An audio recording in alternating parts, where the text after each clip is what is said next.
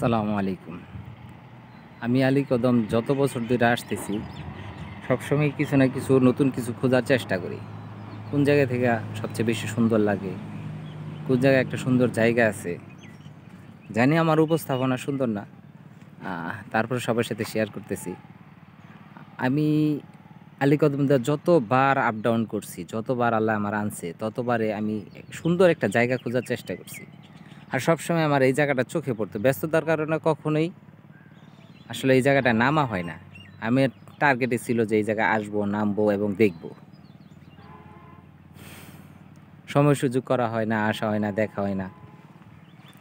তো আজকে একটা কাজেই নামছিলাম। তা ভাবলাম তো এই জায়গাটা আসি, আইসা দেইখা যাই। যে আলহামদুলিল্লাহ আমার আশা হইছে। আর আমি যেটা ভাবছিলাম এমনই সুন্দর। আর এমন একটা সময় আসছি যে পুরোপুরি সবুজ না হইলেও একটা সবুজের ভাইব আছে। তামাক পাতাগুলো সবুজ, কিন্তু ওয়েদারের কারণে জিনিসটা আসলে মানে অনেক সুন্দর করে উপস্থাপন করতে পারতেছে না, কিন্তু আমার চোখে অনেক সুন্দর লাগতেছে। আর সূর্যটা এমন এক সাইডেও আছে যেই সাইড থেকে আসলে মানে ভালো করে সৌন্দর্যটা যে উপস্থাপন করব, ক্যামেরা এটা পারতেছে না, কারণ ক্যামেরার সামনে সূর্য। নদী, পাহাড়, একপাশে সবুজ বন, মানে তামাকের ক্ষেত। যদিও দেখতে বা শুনতে শুনতে অন্যরকম লাগে, দেখতে ভাল লাগতেছে। হ্যাঁ, নিচে ধান ক্ষেত, নদীটা আঁকা বাঁকা হয়ে প্রবাহিত হইতেছে। সব মিলে আমার চোখে একটা অসাধারণ দৃশ্য।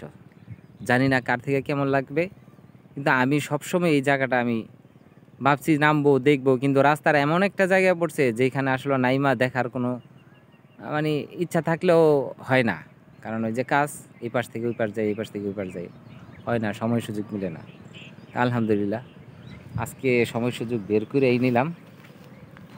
ভাল লাগতেছে আইসা, অনেক ভাল লাগতেছে যে আমার মনের মতন একটা জায়গা। মনটা চাইতেছে এইখানে একটা রাত্র তাঁবু কইরা ক্যাম্পিং করে থাকতে পারলে আমার পরিপূর্ণ ষোলকলা পরিপূর্ণ হইতো আর কি। ইনশাল্লাহ যেহেতু নিয়ত করছি, থাকা হবে ইনশাল্লাহ।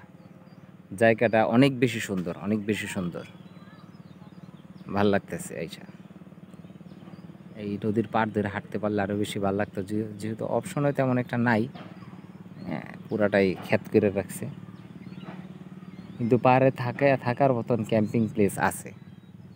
দেখা গেলাম, সময় সুযোগ মিললে অ্যাডভেঞ্চার প্রিয় মানুষদের নিয়ে ক্যাম্পিং করা যাবে। এবং সকালে উঠা যে একটা অসাধারণ ভিউ পাওয়া যাবে, এতে নিঃসন্দেহে বলার বাহিরে।